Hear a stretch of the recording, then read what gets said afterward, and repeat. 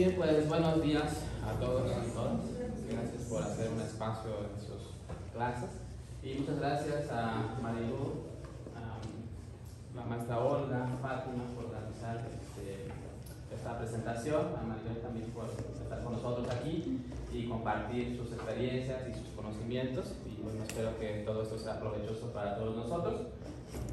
Muchas gracias a todos y les cedo la palabra entonces a Fátima para la presentación. Sí, bueno, gracias también nuevamente a las docentes que nos acompañan hoy y a las cuales voy a presentar, ¿no? En el orden en el que están sentadas. Voy a presentar primero a la maestra Marilu Peña Guevara. Ella es licenciada en Ciencias Políticas por la Universidad Autónoma Metropolitana Iztapalapa. Es maestra en Derecho por la UNAM. Es doctora en el Instituto de Investigación Jurídica de la UNAM en la línea de Investigación Género y Derecho. Y bueno, actualmente está adscrita a la Universidad Intercultural Indígena de Michoacán. Es docente asociada B de tiempo completo, adscrita a la licenciatura de Derecho con enfoque en pluralismo jurídico. Y desde el año 2010, y sus líneas de investigación son la participación política de las mujeres indígenas en el contexto del autogobierno, así como los derechos colectivos de los pueblos originarios y antropología jurídica. También actualmente es docente invitada del posgrado de Derecho Indígena en la Universidad Rosario Castellanos de la Ciudad de México y bueno, ha participado en varios proyectos de investigación. Actualmente, bueno, en el último que ha participado, no está actualmente participando en el proyecto Participación Política de Mujeres Indígenas en Contextos de Autogobierno y es autora también de capítulos de libro que tienen que ver también con políticas públicas y género. También nos acompaña la maestra en Derecho Maribel Valdés Solís. Ella es nuestra ponente el día de hoy. Ella es licenciada en Derecho por la Facultad de Derecho y Ciencias Sociales de la Universidad Michoacana de San Nicolás de Hidalgo. Es maestra en Derecho con opción terminal en Derecho Administrativo por la División de Estudios de Posgrado de también la Facultad de Derecho y Ciencias Sociales de la Universidad Michoacana de San Nicolás de Hidalgo. También es profesora externa de la Licenciatura en Seguridad Pública y Ciencias Forenses de la Universidad Michoacana de San Nicolás de Hidalgo. También ha sido profesora de la Preparatoria Interamericana y actualmente colabora en los siguientes proyectos de investigación: Síntomas de Violencia en México, proyecto aprobado por la Coordinación de Investigación Científica de la Universidad Michoacana de San Nicolás de Hidalgo, y también en el proyecto Discriminación Estructural, pilar de la violencia contra la mujer indígena en México, también de la misma universidad. Ella no solamente es una entusiasta docente, sino que también ha participado en actividades directivas y de investigación jurídica y en la coordinación de eventos académicos. También ha dirigido diferentes proyectos de investigación, es autora de un gran número de artículos científicos. También ha dirigido varios eventos académicos y bueno, para no hacer más larga este preámbulo, les cedo la palabra a las participantes de hoy. Gracias. Muchas gracias, maestra. Pues muchas gracias a todas y todos. Igual voy a ser muy breve, justo por los tiempos y también para que pueda iniciar la exposición de la maestra el día de hoy. Rápidamente les comento que las jornadas, estas son las terceras jornadas como tal, se organizan año con año. Esta es la primera vez que salimos de plantel Canario. Desde enero veníamos organizando esta cuestión con las maestras, con la maestra Olga y con la maestra Fátima, con las cuales estoy muy agradecida y por supuesto con el coordinador que nos den este espacio. Ya teníamos como planteado venir a hacer aquí estas actividades. Sabemos del contexto que está atravesando la institución, específicamente en el plantel, pero pues tristemente no es la única, ¿no? Esta situación. Y justo nacen las jornadas en razón de esa, no de esa situación, pero de situaciones que se venían presentando en la institución, sobre todo en el contexto de pandemia, que es cuando surge. No se llamaban como tal jornadas, pero pues como todos bien saben, en el contexto de pandemia todo el tema de violencia se exacerbó pues de una manera tremenda contra las mujeres y fue como se empezó a organizar un poco estas actividades. Al año siguiente que empezamos, todavía no regresamos a la presencial, pero empezamos las primeras jornadas de manera virtual con algunas colegas académicas del Instituto de Investigaciones Jurídicas de la UNAM, que pues finalmente era todo virtual y pues no había como mayor problema en que participaran. Cuando regresamos a la parte presencial, pues es con las segundas jornadas, y ahí empezamos a tallerear con compañeras, sobre todo que han trabajado mucho con comunidades a través de organizaciones no gubernamentales, compañeras de comunidad que están, digamos, algunas son psicólogas, abogadas, etcétera, pero empezaron a tallerear mucho con las estudiantes, y considero que eso fue un trabajo muy importante porque justo le permitió a las y los estudiantes como saber en qué lugar estaban parados, ¿no? Y también tener como otra perspectiva de su paso por la universidad, ¿no? Se ha ido fortaleciendo, estas son las terceras jornadas como tal, esta es nuestra tercera sesión. Hay una cuarta sesión que también va a ser aquí, dentro de un mes, con la doctora, ay, se me olvidó ahorita, perdón, vengo todavía como del camino, pero bueno, es otra doctora igual abogada en la Michoacana. Son compañeras que ya nos han acompañado en otras sesiones, pero que ahora vienen de manera como personal a hablar de los temas que ellas investigan, ¿no? Y sobre todo también ver toda esta cuestión de pues avanzar, ¿no? De que el paso por nuestra universidad pues sea un paso seguro, ¿no? Sea un paso en donde todas y todos nos sintamos seguros, y es muy importante, y justo el nombre de las jornadas es eso, la sensibilización, ¿no? De todo el tema de género para prevenir la violencia. Y bueno, claro que tuvimos conocimiento, ¿no? De la situación que sucedió aquí en el plantel. Pues como todas saben, todo está centralizado en Pátzcuaro, ¿no?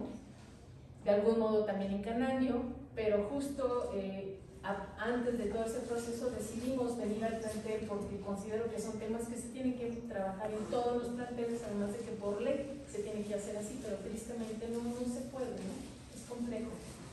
Y bueno, ahí yo le dejaría un poquito, ya propiamente le doy la bienvenida a la maestra Maribel Valdés, que tiene una amplia trayectoria también en investigación en este tema, y pues sin más, maestra, te cedo el uso de la voz y muchísimas gracias por estar el día de hoy. Muchas gracias. Bueno, hola chicos, chicas, hace calor el día de hoy, les agradezco mucho que estén por aquí. Yo sé que seguramente tenían dos aulas actividades, pero agradezco el interés. Primero que nada, bueno, agradecer esta oportunidad de estar en las terceras jornadas de sensibilización para la prevención de la violencia de género, tema que ya no es algo ajeno a todos, ya sabemos de qué se trata, ya sabemos que está presente, y estamos más en el afán de ver qué podemos hacer, que sí está dentro de nuestras manos. Entonces, considero que es muy importante trabajar este tema y va a tener muchas aristas. La violencia de género, no solo contra la mujer, sino en general de género, está en todos lados. Y entonces, el día de hoy voy a hacer hincapié en el ámbito de la participación política. ¿Por qué? Ya era un tema que ya tenía preparado para ustedes, principalmente participación política de las mujeres indígenas en México. Y esto es importante porque de repente vamos a ver como que la mujer indígena ha estado englobada en otras luchas y no en lo particular. Primero, cuando se estaba hablando, cuando nace el feminismo en el siglo XIX, empezamos a ver como que se está hablando de la exclusión y la discriminación de las mujeres en general, pero no son las mismas características. No es lo mismo ser una mujer que vive en ciudad o ser una mujer que pertenece a una comunidad indígena. No es igual. Y entonces nos vemos en la necesidad de que hay que especificar, porque las necesidades son distintas. Aquí vemos que hay una gran interseccionalidad, una discriminación interseccional. ¿Alguien ha escuchado esto? ¿Qué significa esto de discriminación interseccional? ¿Qué se les ocurre? Vamos a platicar aquí, no se me duerman. ¿No? ¿Nadie? Ok. Bien. Discriminación interseccional se refiere a que determinadas personas las atraviesan diferentes tipos de discriminaciones. Les voy a poner un ejemplo, ajeno a lo que vamos a ver ahorita. Vamos a decir, ¿ustedes creen que sufre el mismo tipo de discriminación un hombre blanco que un hombre negro con discapacidad motriz? ¿Cuál sufre cuál? Vamos a decir, el hombre blanco que pudiera discriminación pudiera sufrir. ¿Qué se les ocurre? Lo que sea es bueno. ¿Qué se les ocurre? racismo. Por ejemplo, el hombre el hombre negro con discapacidad motriz, vamos a decir, una discriminación por raza. ¿Qué más? ¿Por qué más lo pueden discriminar? Está bien fácil. El trabajo. ¿Pero por qué razón? Discapacidad. Por la discapacidad, ¿ok? Y si le sumamos que pertenezca a una comunidad indígena, tenemos otra, ¿no? Por el idioma. Por el lenguaje que tiene, que usa. Entonces, esto es a lo que se refiere la discriminación interseccional, a que son varias las cosas por las que te pueden discriminar. Y vamos a ver que la mujer indígena está en esa situación, porque bien sabido que hay discriminación por género. ¿Por qué más tenía este ejemplo de la mujer indígena? Las que vamos a ver, ¿por qué más ves? Y por la vestimenta. También. Bueno, la forma de vestir. Por la vestimenta, por la etnia, si lo llamamos, por el género y por la etnia. Vamos a decir, si le vamos sumando situaciones, estamos viendo si me escuchan o no me escuchan, perdón. Ahí al fondo sí se escucha. ¿No se escucha? Ok, ahorita lo vamos a ver. Bien, entonces, igual voy a intentar hablar más alto. Entonces vemos que hay situaciones particulares. Entonces, si las situaciones son particulares, yo no puedo esperar que la normativa que hago para la generalidad me funcione para esas personas en particular. ¿Por qué? Porque las necesidades son distintas. Entonces, la mujer indígena, para poder participar en la política, no va a necesitar lo mismo que una mujer que no pertenece a una comunidad indígena. Primordialmente, por ahí mencionaban, por el lenguaje. Yo no puedo participar si no me puedo comunicar, en esencia, ¿no? Lo primero.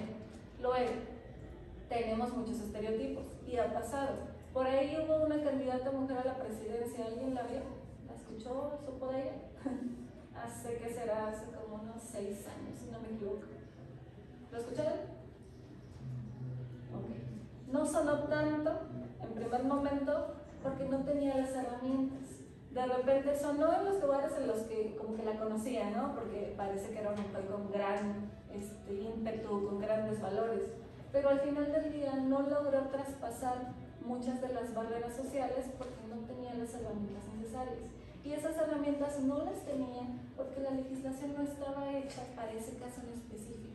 Y entonces queda como fuera de la norma, queda desprotegido. Y entonces ahí vemos un gran obstáculo para la participación política de la mujer indígena.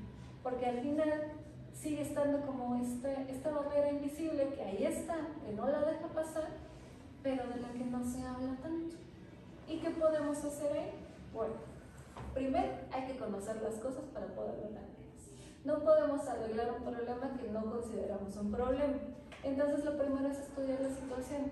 Les decía yo anteriormente, la mujer indígena ha estado como relegada, como siendo parte de algún otro movimiento, pero no del suyo. En un inicio, cuando hablábamos de que estaba relegada a las cuestiones del hogar, se empieza a decir que no, que las mujeres en general pueden hacer más cosas y que pueden estar en otros ámbitos. Vale, bien, pero ¿cómo trasladamos eso a las comunidades? ¿Cómo logramos meterlo? Porque es muy bonito que yo lo diga. Al final del día tengo muchos privilegios. Sin embargo, ¿cómo hacemos que de verdad, en la práctica, la mujer indígena pueda tener esos derechos, pueda tener esos accesos? No va a ser con la norma en general.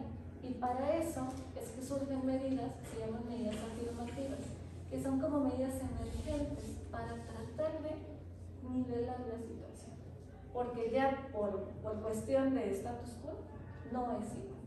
Entonces necesitamos como tomar otras medidas. ¿Qué empezamos a hacer? Bien, es decir, estaba el fenómeno de empieza el feminismo, pero en general. Ya como por el 1970, por ahí, se empieza a hablar de que como que tiene que haber algunas divisiones, porque lo que se defiende en el feminismo en general no funciona para todas. Entonces se tienen que empezar a hacer algunas divisiones. Y empezamos a buscar que haya derechos particularizados para la mujer indígena. Se empieza a pelear, por ahí la maestra menciona su participación política en el autogobierno. Esas son cosas que no se pueden hablar desde la generalidad, porque una mujer que no pertenece a una comunidad simplemente no puede como ni siquiera comprender de qué se trata esto. Y entonces las políticas públicas tienen que ser distintas, tienen que adecuarse a la realidad social. Entonces, ¿qué empezó a pasar? con la generalidad estamos tratando de que casi que de empujar a las mujeres a que participen en la política, sin importar a dónde si pertenecen o no a una comunidad. ¿Y qué pasa? Empieza a haber problemas. Tenemos casos de una gran violencia contra las mujeres indígenas por intentar participar, por atreverse a participar. Y por ahí tenemos algunos casos que son muy llamativos, les menciono algunos a ver si los conocen. Primero tenemos en 2020, no primero, pero uno que sonó mucho, el asesinato de Nadia Vega Pérez. Esto fue en Oaxaca. La mataron a balazos. ¿Alguien escuchó eso? ¿Quién ha escuchado? Levántame la mano nada más. ¿Quién ha escuchado el asesinato de Nadia en Oaxaca? Yo me quedé así, levanta la mano.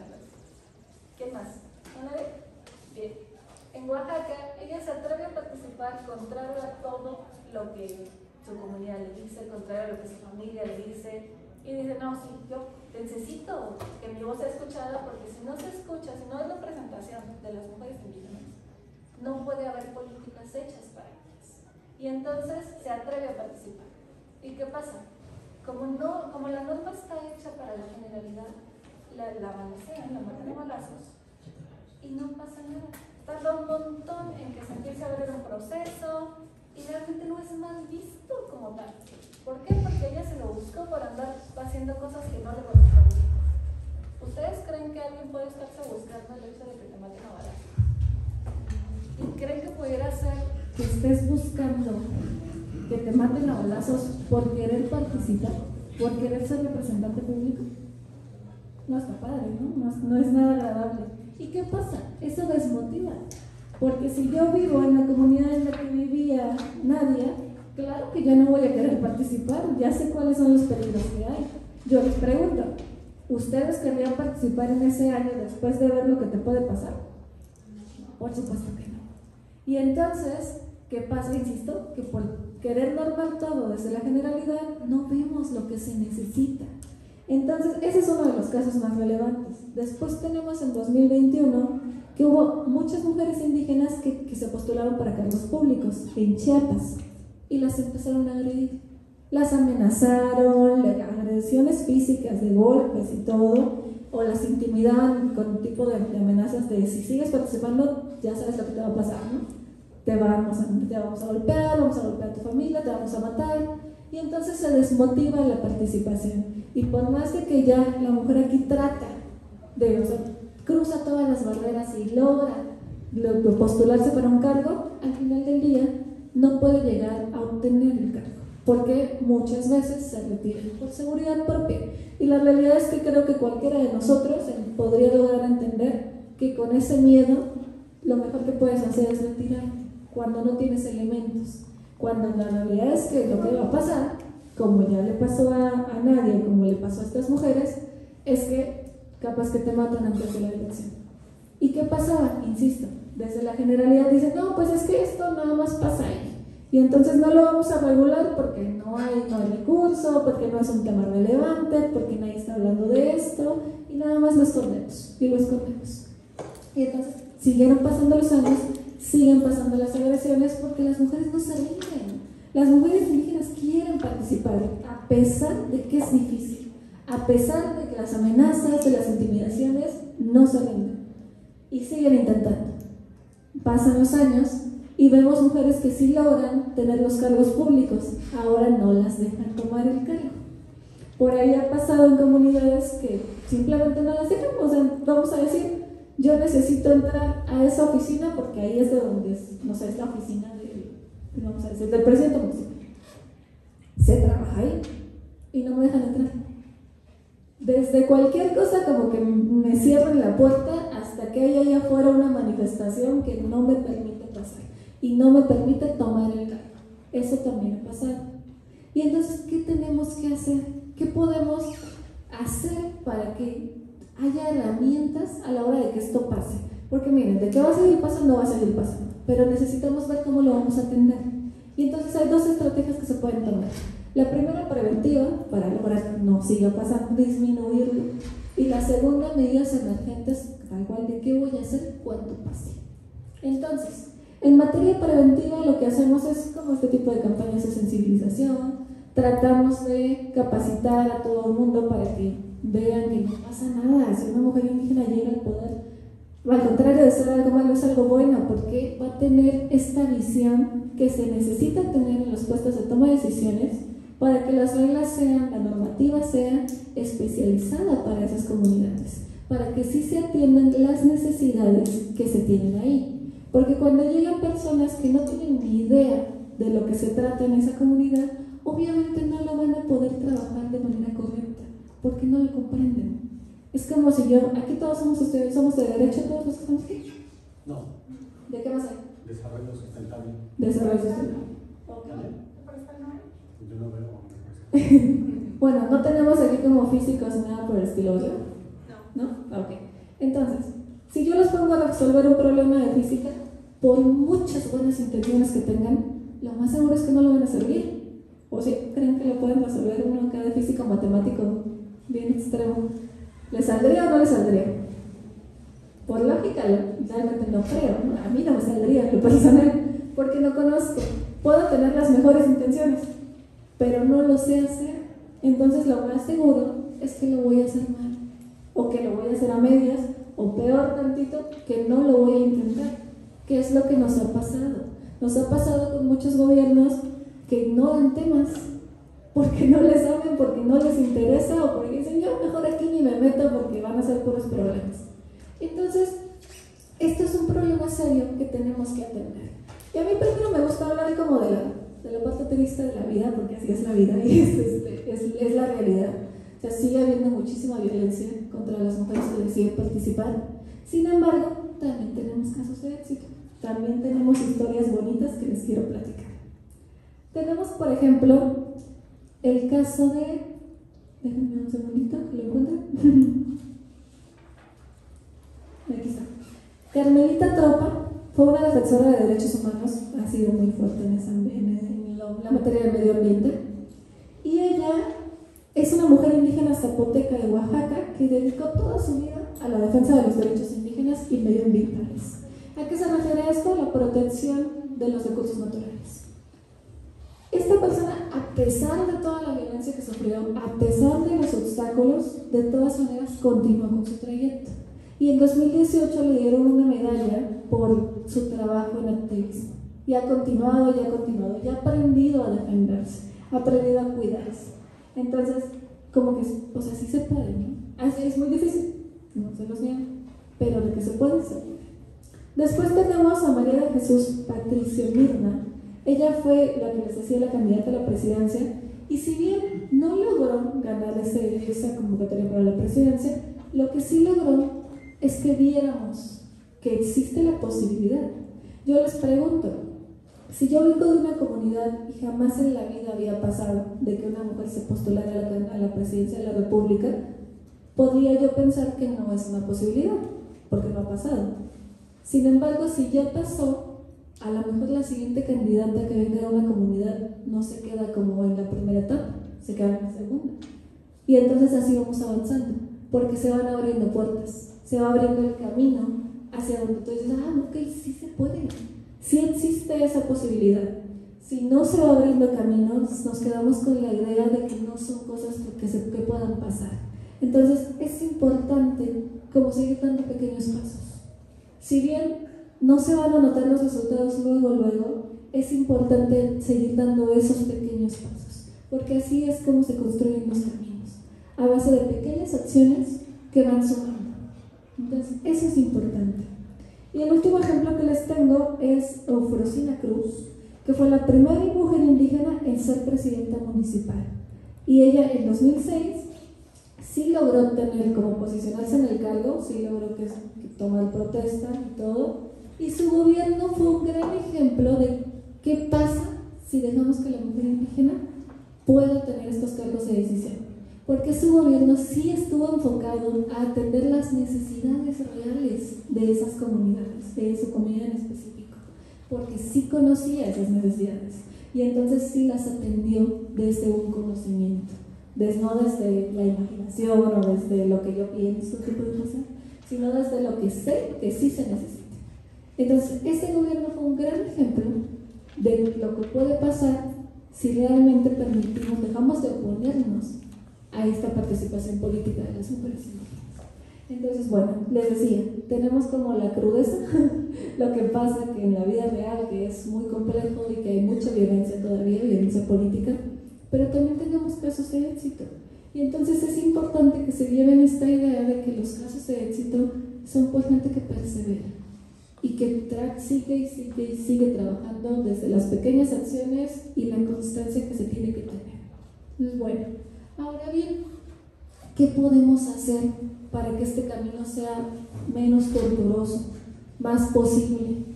Bien, hay varias estrategias que podemos tomar para fortalecer esta participación política. La primera de ellas es el fortalecimiento de las organizaciones de mujeres indígenas. ¿Cómo hacemos eso? Bueno, primero necesitamos financiamiento. ¿Por qué? Porque ustedes saben, todo cuesta. Así el hecho de cualquier capacitación, el hecho de cualquier material informativo, cualquier traducción, todo cuesta. Entonces, una de las estrategias para fortalecer la participación política de las mujeres es precisamente el apoyo financiero. Pero no solamente apoyo financiero en el sentido de dar dinero, sino en el de generar programas que se puedan sostener por sí mismos. ¿Para qué? Para que si cae un cambio de gobierno, no dependa esta organización de mujeres, no dependa de ese apoyo que le estaba dando el gobierno anterior, sino que pueda estar siendo autosustentable, que se pueda continuar con sus propios recursos. ¿Cómo hacemos eso? Lo podemos ver, por ejemplo, en las cooperativas, en los negocios que se crean dentro de las comunidades y que permiten que, aunque ya no haya la inyección primaria de capital que hizo que el negocio empezara a arrancar, sí haya como una continuidad de flujo de dinero que les permita seguir operando. Esa es la primera estrategia. También tenemos la de fortalecer las capacidades de estas organizaciones de mujeres. ¿Cómo fortalecemos las capacidades de algo? Con capacitación. ¿Qué vamos a hacer? Ahorita ya tenemos un montón de herramientas digitales que nos permiten hacer muchísimas cosas. Por ejemplo, las de traducir. Entonces, a lo mejor yo no necesito un traductor en cada lugar en el que esté. Quizá puedo hacer, se me ocurre, hacer algunas capacitaciones grabadas y ya les pudiera yo insertar abajo la traducción. Porque ya tenemos herramientas digitales que nos permiten hacer ese tipo de cosas. Pero tenemos brechas digitales que hacen que no cualquiera, no todos, podamos acceder a estas tecnologías y por lo tanto no podemos usarlas y aprovecharlas. Sin embargo, con una capacitación fortaleceríamos a estas redes de apoyo de mujeres para lograr que puedan aprovechar al máximo todas las herramientas que ahora tenemos. Eso también será una estrategia para fortalecer. Y después tenemos la opción de crear alianzas. ¿Qué pasa cuando tenemos como diferentes grupos como unidos de alguna forma? ¿Creen que sería más fuerte un colectivo de mujeres que está solo en una comunidad o uno que tiene vínculos con otras y con unas a nivel nacional? ¿Cuál es más fuerte? Por lógica, chicos. ¿La que está sola o la que tiene redes con otras más? La que tiene redes. ¿Por qué? Porque hay más recursos financieros, personales, incluso de infraestructura. Por ejemplo, esto que se está haciendo el día de hoy es gracias a la red de apoyo. Si las maestras que nos reciben no estuvieran de acuerdo, no podemos venir. Así de simple. No se puede hacer porque no se cuenta con ese apoyo. Pero cuando hay apoyo se pueden hacer grandes cosas. Esta idea de las jornadas nace de una persona y luego se van sumando más y se van sumando más, pero una sola no logra como tener el impacto que se quiere, no logra llegar a tantas personas. Pero en conjunto, con la alianza entre varias personas y varias instituciones y varias, tal cual el apoyo de varias maestras en este caso, se logra llegar a más personas. Por eso es que es una de las estrategias para fortalecer la participación política, el hecho de generar redes. Porque a lo mejor yo no sé cómo captar la atención de determinado sector de la población, pero quizá la maestra sí, que ella sí conoce esa zona y dice, ¿sabes qué? A estas personas lo que les interesa es el medio ambiente. Y entonces, si tú te las quieres ganar, necesitas generar propuestas en materia de medio ambiente. No les va a interesar, no sé, la materia de seguridad pública, porque ellos solo se arreglan en eso. Lo que quieren es un representante público que proteja el medio ambiente.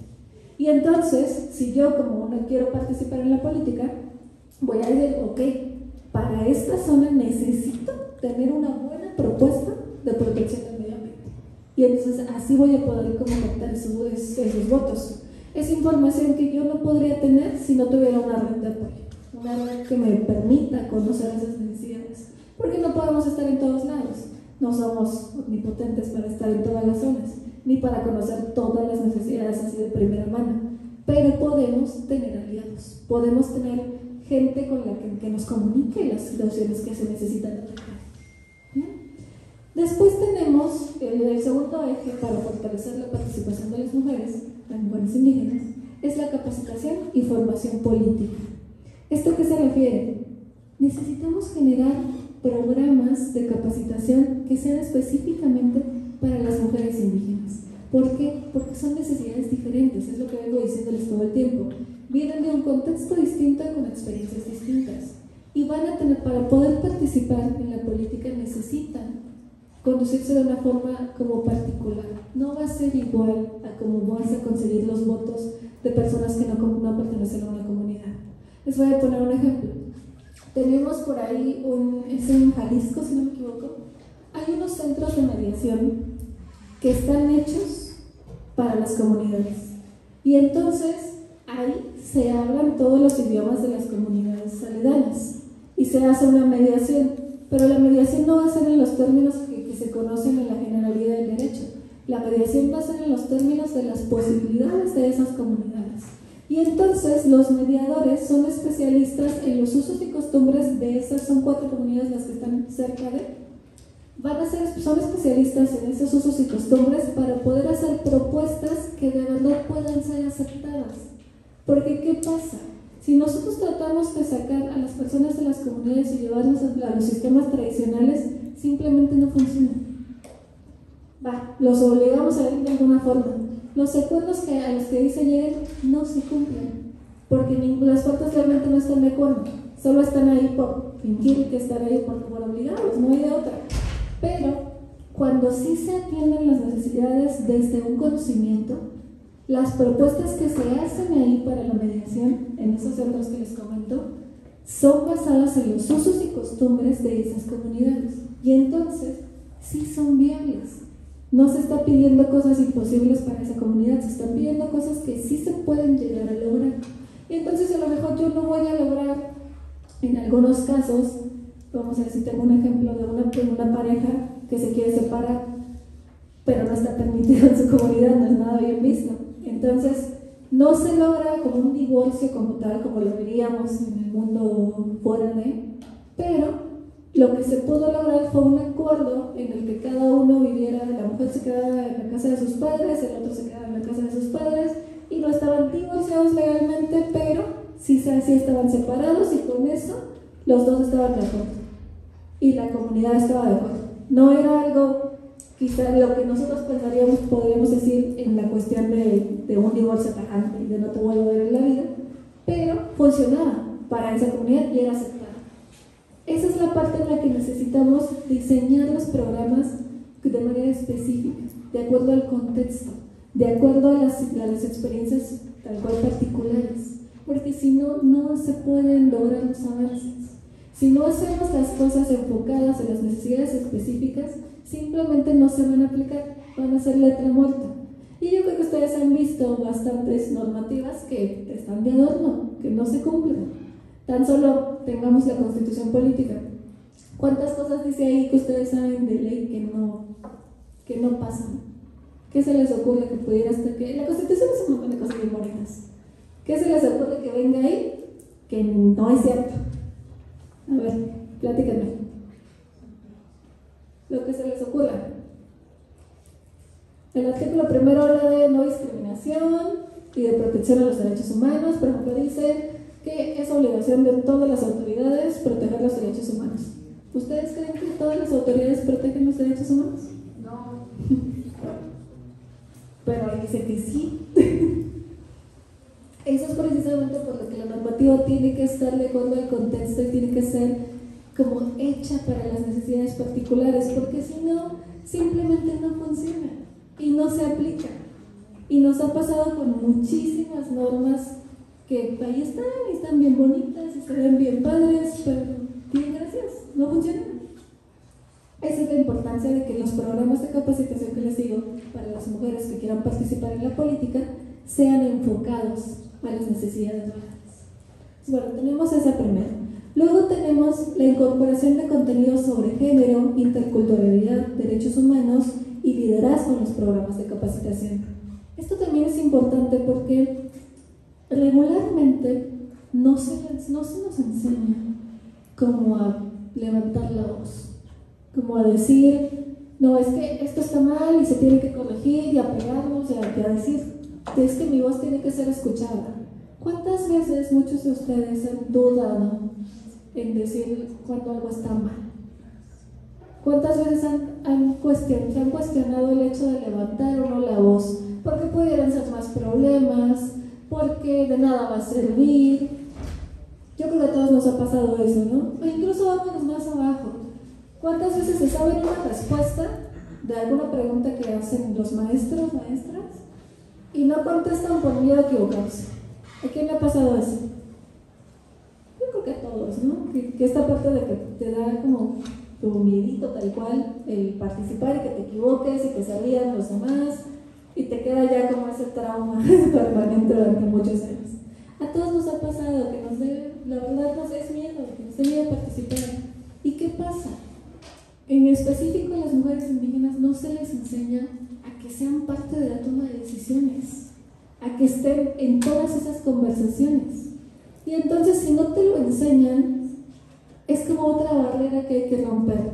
Insisto, esta primera barrera es si se puede o no se puede. Porque pareciera que sí, la normativa dice que sí, pero yo no veo a nadie ahí. O sea, si yo no veo en mi comunidad a ninguna mujer en los puestos de toma de decisiones, aunque se diga que sí se puede, yo voy a pensar que no se puede, porque no están, en la práctica no están, en muchos lugares, en otros sí. Pero bueno, entonces, esta parte de enseñarles a liderar, a que las cosas sí se pueden hacer de esa manera, es importante, es parte de la capacitación. Y por último, el otro eje de aquí de la capacitación es brindar como oportunidades de aprendizaje práctico.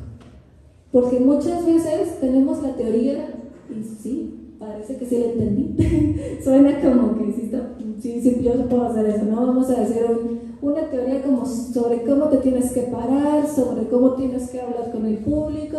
En teoría, yo creo que sí la entendí, pero en la práctica no pasa así. ¿Cuántas veces nos ha pasado que ya a la hora de querer hacerlo como que no nos sale? Hay mucha gente que le tiene miedo al público, o que la primera vez se queda pasmado y se te olvidó todo, ya no supiste ni qué ibas a decir. Eso nos pasa muy comúnmente. ¿Por qué? Porque la teoría se ve como que sí está muy sencillo, pero a la hora de querer hacerlo no es nada sencillo. Nosotros, por ejemplo, de otras generaciones, ustedes ya están más acoplados a los teléfonos y estarles hablando y ese tipo de cosas, pero en lo personal a mí todavía me cuesta trabajo. Eso que veo en los videos de chicos como ustedes que le platican al teléfono como si el teléfono fuera una persona, a mí todavía me impone. Y yo decía, nah, si se puede, ¿no? Hace poco estuve en un ciclo de conferencias y tuve que estar presentando a todas las ponentes. Eran 17 ponencias. De verdad, en ningún momento me pasé por aquí dudando, sin problema. Yo voy, me paro ahí y lo digo, ¿no? Enfrente de una cámara de esta bola, impone. Y en teoría yo pensaría que sí puedo, o sea, que no me genera ninguna molestia. Pero estando ahí, sí te impone. Y entonces, lo que en teoría se ve como muy sencillo, que se ve que sí puedes hacer, en la práctica ya no me fue tan sencillo. Oye, en ese momento tuve que aprender porque no había de otra. Pero a lo que me refiero es que la práctica es necesaria. Porque si solo nos quedamos en la teoría, no es conocimiento que no se nos va a quedar como bien grabado. Solamente va a ser texto y se puede convertir como la norma en letra muerta. Tenemos que proporcionarles elementos prácticos para que ellos puedan realmente adquirir este conocimiento de cómo comunicarse. ¿Por qué? Porque las personas que no pertenecen a comunidades tienen más posibilidad de tener este tipo de oportunidades de comunicarse. Hay un montón de concursos de oratoria, hay concursos de, no sé, de baile, de canto, concursos de matemáticas, hay concursos de toda esta vida, en que son oportunidades para participar. Si no tenemos acceso a ese tipo de oportunidades, no podemos ir puliendo nuestras capacidades de comunicarnos con los demás. Y es una herramienta principal en la política, el hecho de que te puedas comunicar con los demás y puedas transmitir lo que quieres proponerles. La realidad es que el arte de la política estás intentando convencer a los demás de que tú eres la mejor opción.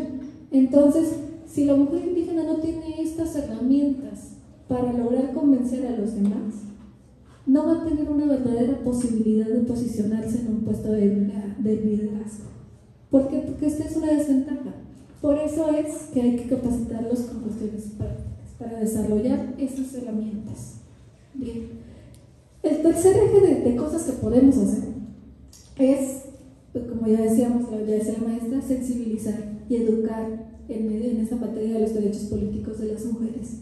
Y para eso necesitamos campañas en las que se logre esta sensibilización. Y necesitamos incorporar estos contenidos sobre los derechos político-electorales en todas las áreas de que nosotros estudiamos, para saber de qué se trata, a qué me puedo postular. ¿Será todo? ¿No es a todo? ¿Tengo que cumplir algunas características específicas o no? ¿Qué tengo que hacer?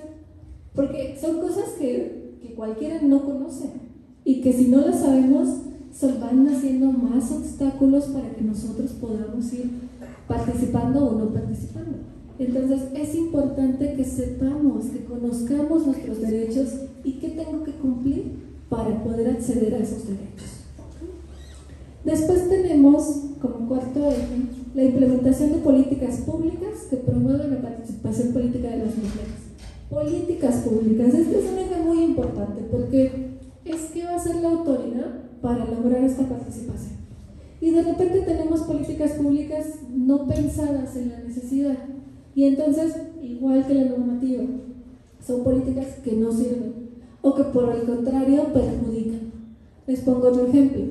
En la cuestión de violencia contra la mujer, hace unos 4 años surgió una campaña, que era una política pública del gobierno del municipio, en el que pusieron chistes machistas, así tal cual, chistes machistas, en las paradas de autobús, con la intención, esta era la intención de quien lo pensó, es que te dieras cuenta que estaba mal, porque pues ahí lo veías en grandote y decías, ay no, eso, o sea, como que tú reflexionaras que era malo lo que se estaba poniendo ahí, que no era gracioso. ¿Qué pasó? Les pongo un ejemplo de un chiste machista que se vio en las pantallas de los autobuses. Este decía, las mujeres son como las leyes para violarlas. Así decía. Y pues a mí es algo que me perturba mucho, claro. Pero la intención de la persona que lo puso era que precisamente como a mí me impactara y dijera, pues eso está mal. Y entonces ya no lo volviera a decir si es que yo lo decía, ¿no? Esa era la intención. Sin embargo, ¿qué pasó? Los que pasaban por esas paradas de autobús eran adolescentes y ni de chiste les pareció, o sea, lograron hacer este análisis profundo de que eso estaba mal y que ya no se debía repetir nunca más. Al contrario, lo siguieron replicando porque les pareció gracioso. Y entonces, en lugar de lograr una disminución en el uso de esos chistes machistas, lograron un aumento. ¿Por qué? Por una política pública mal pensada, mal elaborada. Siquiera tuvieron un letrerito abajo que dijera que esto está mal y que no lo puedes reproducir, pero no lo hicieron. Esa es la importancia que tienen las políticas públicas. Si no las hacemos bien, pueden perjudicar, o en el mejor de los escenarios cuando están mal hechas, pasar desapercibidos. ¿Por qué en el mejor de los escenarios? Porque no generan daño, pero aún así es recurso público mal empleado. Y es recurso público que pagamos todos. Esa es ahí la gran importancia de que las políticas públicas estén bien diseñadas y bien ejecutadas. Entonces, en materia de políticas públicas, ¿qué podemos hacer para lograr aumentar la participación política de las mujeres? Bien, primero, que ya es una medida afirmativa que tiene el INE, es la de establecer cuotas de género, pero ahora también por cuestión de etnia. ¿Por qué creen que las mujeres indígenas pudieran, o sea, por qué sería importante que tengan participación política, que estén en alguno de los cargos de poder? ¿Qué se les ocurre? ¿Qué pudieran hacer las mujeres indígenas en los cargos de poder? A ver, ¿qué se les ocurrió? A ver, lo que se te ocurra, es en serio.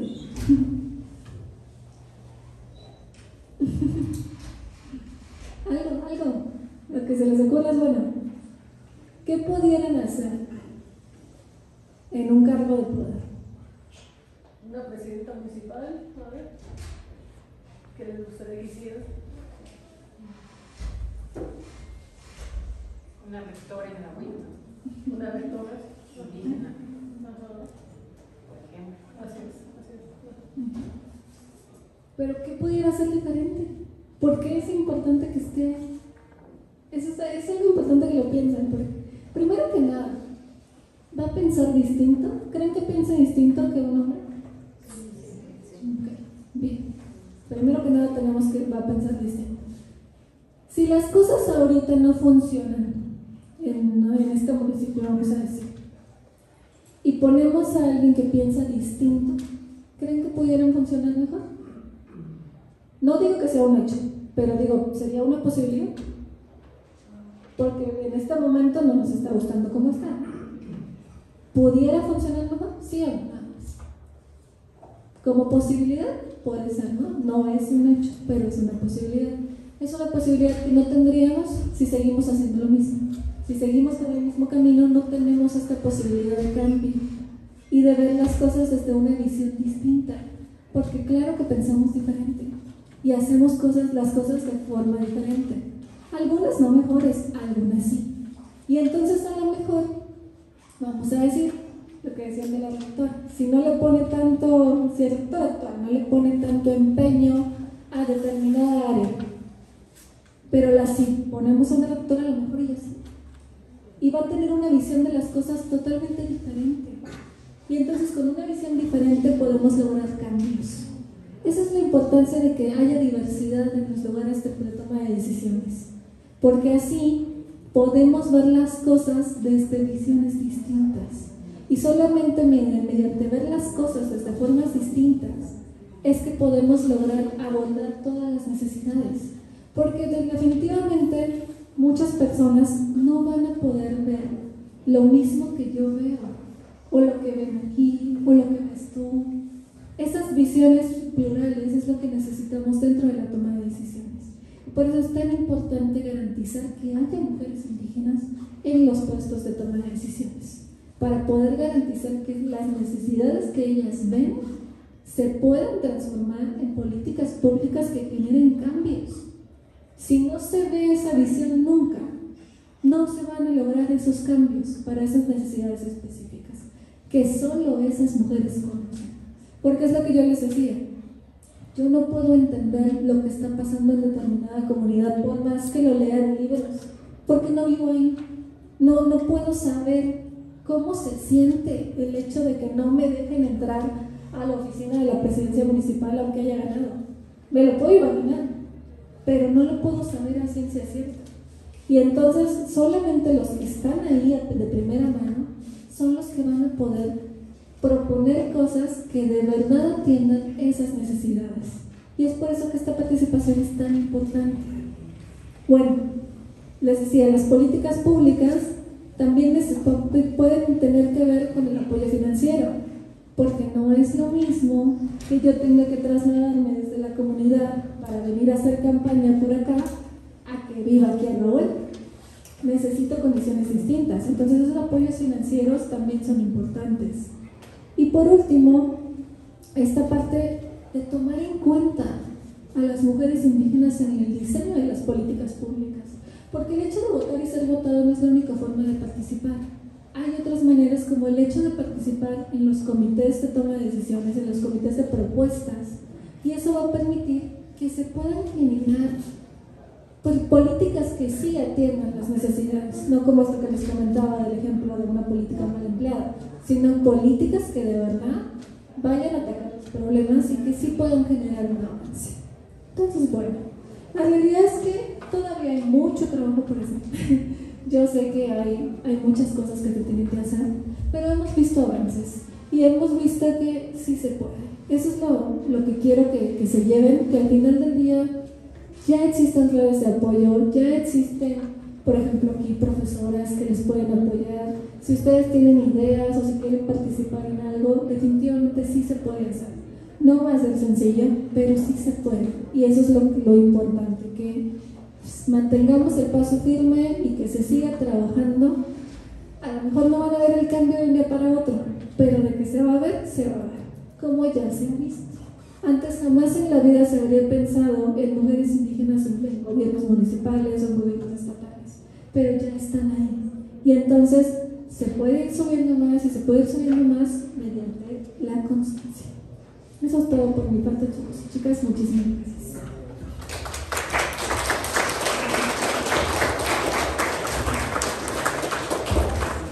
Pues si hay algún comentario, alguna pregunta para responder. Adelante. Allá atrás levantaron la mano. Ok. La maestra Ida. Muchas gracias. Primero quiero felicitarlos por esta iniciativa, me parece muy importante. Y es una pena que no hayan podido estar los alumnos de Derecho que llevan argumentaciones críticas sobre género, raza y clase. Es justamente el tema que está abordando. Me gustaría comentar que en el caso de las comunidades de aquí, ha habido un proceso de formación que data ya de muchísimos años para el desarrollo económico, político, social y humano de las mujeres indígenas. Ha habido en diferentes comunidades indígenas jefas de tenencia, fuerzas del orden, encargadas del orden, fuerzas de paz, y eso les ha dado una dimensión totalmente distinta al quehacer que anteriormente tenían.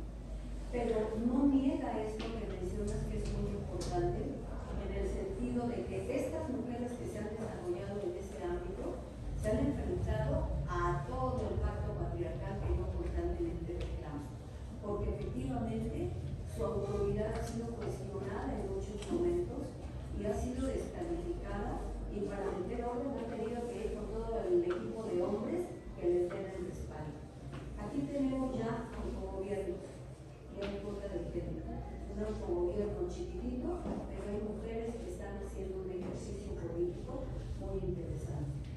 Retomo también la parte de la práctica que me pareció fundamental, pero aquí me surge una duda muy importante. Cuando hablamos de que hay que llevar las políticas públicas a lo que el Estado ha determinado como válido, ¿por qué no invertimos el asunto? ¿Por qué no reconocemos esta otra parte que de alguna manera lo mencionaste, pero no es el terreno de las políticas públicas? Los autogobiernos se eligen muchas veces a mano alzada y vale. Entonces, ¿tendríamos que llegar a procesos electorales o tendríamos que respetar estas otras formas? Y no hablo de integracionismo ni de asimilacionismo, sino más bien de cómo incorporar esto como usos y costumbres que generan un derecho en el otro espacio. No sé si tienen una idea. Muchas gracias y muchas gracias por la experiencia. Bien, como primer comentario, es cierto que no es, bueno, esta parte de que tengamos que institucionalizarnos no es obligatoriamente así. La cosa es como adaptar lo que llamamos política pública, estructura, o sea, una directriz a el autogobierno que estamos viviendo. La realidad es que es muy interesante esta parte de que ya haya estas figuras de que sí se están respetando, porque muchas veces se queda solo como en la intención, pero que aquí está. Entonces podemos tomar solamente como la idea de lo que es la política pública, una directriz, para tratar de meterlo en esta parte del autogobierno. No va a ser de la misma manera que se genera una política pública, pero la esencia del asunto es que sea como un camino a seguir, más o menos. Bueno, igual yo voy a comentar, porque justo es mi tema, justo es una de las líneas de investigación que tengo en la universidad, si bien por aquí son más recientes los procesos de autogobierno, eso no excluye que las mujeres han estado todo el tiempo involucradas en la organización, en la administración de la comunidad. De hecho, son las que llevan la mayor carga al interior de la comunidad y fuera de también, ¿no? Creo que las mujeres tenemos una sobrecarga en todas las dimensiones de la palabra, pero justo en el contexto de autogobierno, yo consideraría que es bien, pues son, además de los retos que acaba de señalar la maestra, al interior del autogobierno se tienen otros retos que por ahí más o menos lo había comentado un poco la maestra, pero es justo esto lo que acaba de comentar, que es el reto de, bueno, no sé acá, pero allá le llaman todo el concepto de honorabilidad, ¿no? Al interior creo que es generalizado todo el tema de la honorabilidad de las mujeres, y cuando me refiero a las mujeres ya no es solamente a las mujeres, la honorabilidad de ella, sino la honorabilidad de toda la familia. Y no es la familia en núcleo básico, es la familia extensa, ¿no? Las comadres, los compadres, los ahijados, los que están en Estados Unidos, se pone en duda el día que tú como mujer indígena decides estar en un puesto de participación pública. Entonces, es justo lo que comentaba la maestra con este importante concepto de la interseccionalidad, porque también eso tiene que estar al momento en que nos acercamos, sobre todo ustedes que algunas o algunos son miembros de comunidad o van a trabajar en comunidad, justo ese tipo de conocimiento, ese contextualizar, que esa parte tan importante que puso la maestra, es fundamental a la hora que ustedes entren a trabajar en comunidad, así sea tu propia comunidad. Es muy importante, ahora sí que saber el terreno en el que vas a pisar para implementar algún tipo de proyecto, de lo que sea, ¿no? Un diagnóstico desde ahí, o sea, toda esta importancia de contextualizar es fundamental. Y si bien pues se está hablando desde una cuestión de la participación política, desde un sistema de partidos, ¿no? Y que a lo mejor la pregunta de la maestra va en este sentido del autogobierno que pareciera que escapa a la política pública, pues es ahí donde justo entramos todas y todos, ¿no? Porque nosotros somos los traductores, los intermediadores en esta idea de interculturalidad entre el sistema comunal y el sistema general, que es la mayoría, ¿no? Pero justo todas las normas, todos estos derechos que se han transformado y que le dan la posibilidad a las comunidades, digamos ahora con letra escrita, porque lo vienen haciendo desde hace muchos años, o sea, ejercer su autogobierno, pues ahora lo hacen por vía del derecho, pero por vía del hecho ha estado toda la vida, ¿no?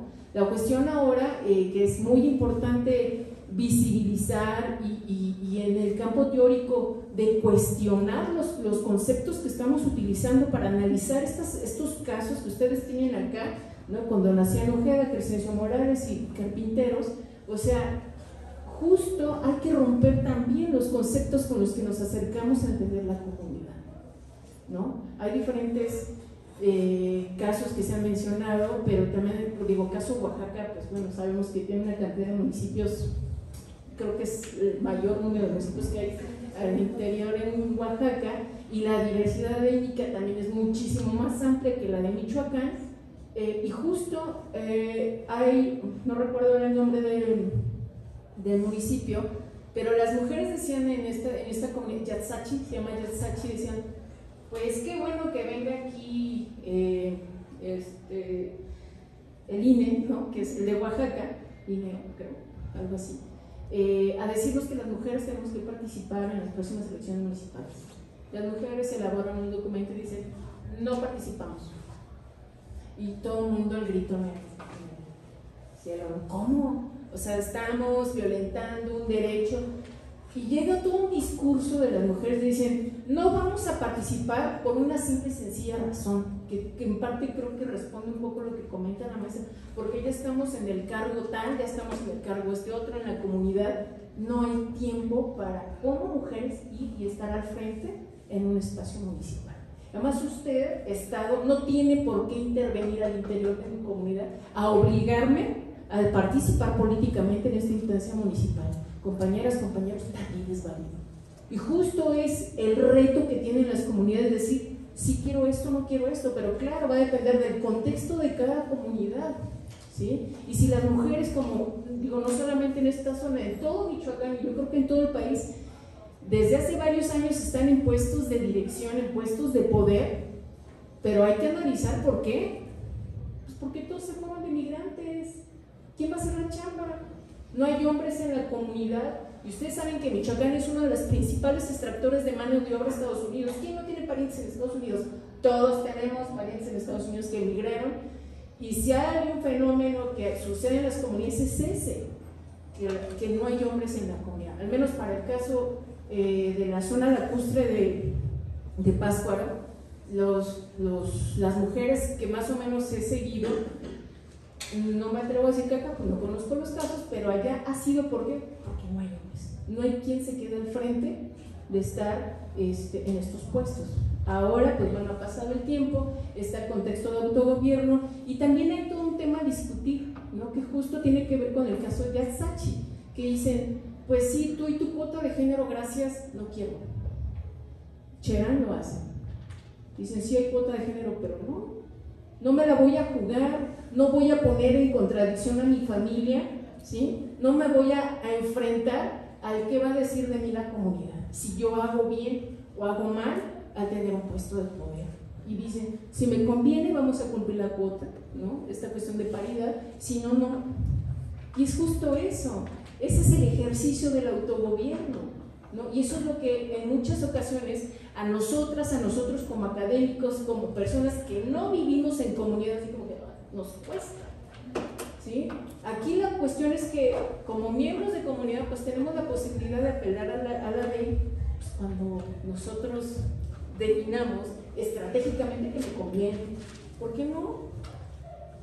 Y si no funciona la ley, como el caso de la semana pasada, justo, ¿no? La Suprema Corte se pronunció al respecto de Donación Ojeda, si mal no estoy, donde dijo, claro que va al autogobierno, y echó atrás toda una opinión jurídica que tenía con respecto a otros casos. Entonces, ¿pero qué pasa ahí? Que también el derecho, digo, está ahí y sabemos, como bien dice la maestra, que a veces es letra muerta, tristemente, pero hay otros mecanismos, y eso también se mira.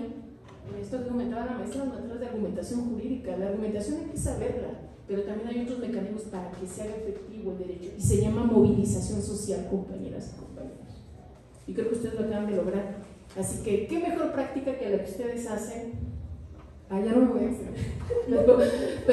Pero bueno, ojalá que tengan dudas, comentarios, maestro, colegas, no sé, yo creo que son de verdad temas, y aquí yo creo que esta universidad tiene que ser semillero de resolver justo estos retos que nos comenta la maestra.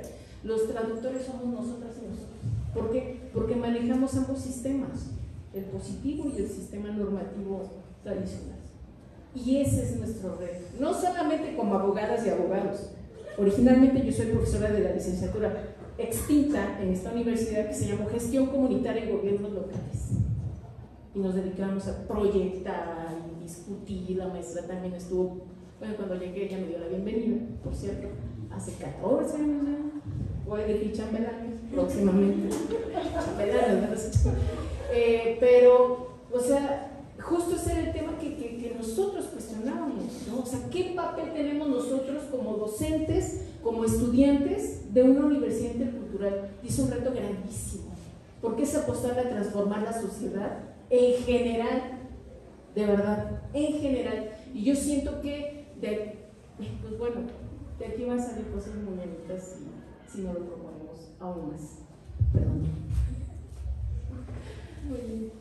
Bueno, sumando un poquito a esta parte, precisamente esta es la gran importancia. No es que estén peleados los sistemas, sino que siento que están separados.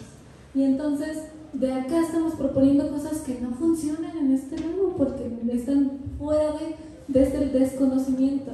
Eso es precisamente lo que la maestra los invita a que ustedes sean traductores, a que busquen que se puedan proponer cuestiones políticas que sí puedan funcionar, que tengan alguna esperanza de que sí sean viables y que no queden como letra muerta.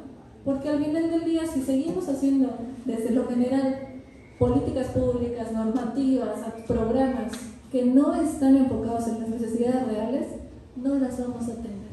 Y van a quedar ahí en un muy bonito papelito, en una muy bonita foto, que ya saben que nos encanta tomarnos fotos para todo, que se firmó el convenio tal, que se firmó tal cosa, pero que no sirve para nada en la práctica. Sin embargo, si ustedes, por ejemplo, que conocen ambas cosas, se proponen el hecho de que como adecuar esto general a algo que sí funcione, entonces vamos a poder ver las cosas desde una visión mucho más compleja, y eso sí va a permitir que logremos algún cambio. Nada más, muchas gracias. ¿Alguien más? Aquí está. Bueno, no sé, respecto a los últimos comentarios, bueno, espero que participen. Gladys Uzur dice que aquí, no sé cuál sería su opinión, si hay que diferenciar esta posibilidad de negarse a participar políticamente, pues si hay una lealtad como pasa a la comunidad, a la costumbre, a sus costumbres, y que entonces eso obliga a la empresa a decir: yo me quedo con mi familia, que ella propone, que es lo que se pasa, que como una especie de lealtad impuesta hacia la costumbre, que no es propiamente libertad, o sea, no se ejerce en libertad, sino se ejerce porque así lo toca, ¿no? Entonces, que renunciar a los derechos políticos no siempre viene de una decisión libre, sino también viene de una falta de lealtad a la comunidad, de que las cosas se queden como están, porque también las mujeres son acusadas de cambiar el status quo, o sea, se les victimiza por eso, se les dice: tú cambias las cosas y esto no está funcionando por ti. Entonces, no sé cuál sería, cómo podríamos diferenciar estas posturas. Es un tema muy interesante porque precisamente son cosas que pasan y que no pasan solo en la comunidad. De repente vemos, lo hemos visto con esto de la cuota de género, lo vimos al principio, en cuanto salió, que postulaban a mujeres y mágicamente renunciaban todos. Y el suplente era un hombre, eso pasó mucho. Y entonces, pues esta lealtad, ¿no? ¿Qué podemos hacer? Yo insisto con la parte de que las directrices, las acciones estén pensadas en algo que sí sea posible. A lo mejor yo no puedo lograr como autoridad, no voy a lograr que de un día para otro estas mujeres que están siendo subyugadas decidan o entiendan esta parte de que pueden tener estos derechos y que cuando no sea por voluntad propia realmente, que estén denunciando, por voluntad consciente. Pero a lo mejor puedo lograr que empiecen a dar pasos.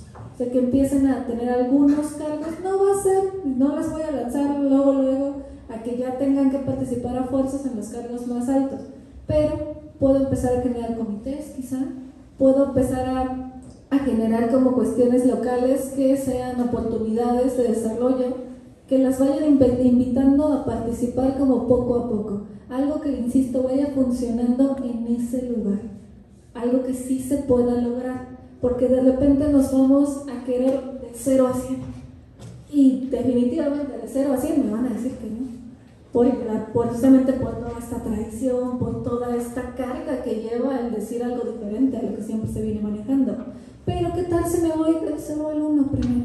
Y hacemos esta acción enfocada a simplemente que participen de alguna forma, no que tengan el cargo de liderazgo, pero que empiecen a participar. Y eso lo podemos ir generando con lo que les decía hace rato de las cooperativas o de los negocios, las capacitaciones. Podemos ir trabajando en que vayan saliendo de esa estructura que ya tienen muy marcada. Esa es mi postura al respecto. Gracias, maestra. Pues igual yo creo que este término de voluntad consciente, o sea, irlo trabajando poco a poco, porque claro que pueden ser coaccionadas al interior de la comunidad para no participar, pero justo es ahí donde a lo mejor pudiéramos echar mano del peritaje cultural, ¿no? De evaluar pues qué tanto está siendo coaccionada, ¿no? O qué tanto en verdad no es así. Entonces, pero yo creo que ese es un reto permanente en donde justo estas otras miradas, estas otras dinámicas sociales que se viven en la comunidad, pues tienen que ser vistas profundamente, ¿no? Porque esta parte cultural, pues quien decide transformar culturalmente la comunidad, pues es la comunidad, no soy yo como docente ni la maestra, no, es la comunidad la que decide en qué momento da el salto, ¿no? A veces son bajo circunstancias, pues como lamentablemente vivimos hoy en día, ¿no? Porque está el crimen organizado dentro de la comunidad, porque ya le vende drogas a los niños, niños, sino que es la misma comunidad, miembros de la comunidad los que los ven. Entonces la comunidad de repente dice, no, espera, vamos a transformar esto, y a lo mejor es de manera violenta, pero pues la mayoría de, bueno, en el caso de Charly es eso, ¿no? Creo que fue ante una circunstancia de vida o muerte, ¿no? Y se da esta transformación, pero sí es importante, yo creo aquí, esta parte de esta contextualización, esta importancia de ubicar las transformaciones culturales, y yo creo que eso es algo que lamentablemente no se hace en las comunidades, ir dando cuenta de cómo se vienen transformando, porque si no, ¿cómo vamos a entender el devenir de la humanidad? Y cuando hablo de transformaciones, digo, lo que yo hago es justo ver cómo se va transformando. En este caso, pues pareciera como de juego, ¿no? Pero la creatividad de las mujeres, de verdad es impresionante. Toda la creatividad que tienen para incidir, para que, como dice la maestra, ir preparando como el camino para que en algún momento lleguen a un puesto de representación. O sea, eso no es de la noche a la mañana, es trabajo de años y de un contexto. Pero no me extiendo más, el maestro también pidió la palabra.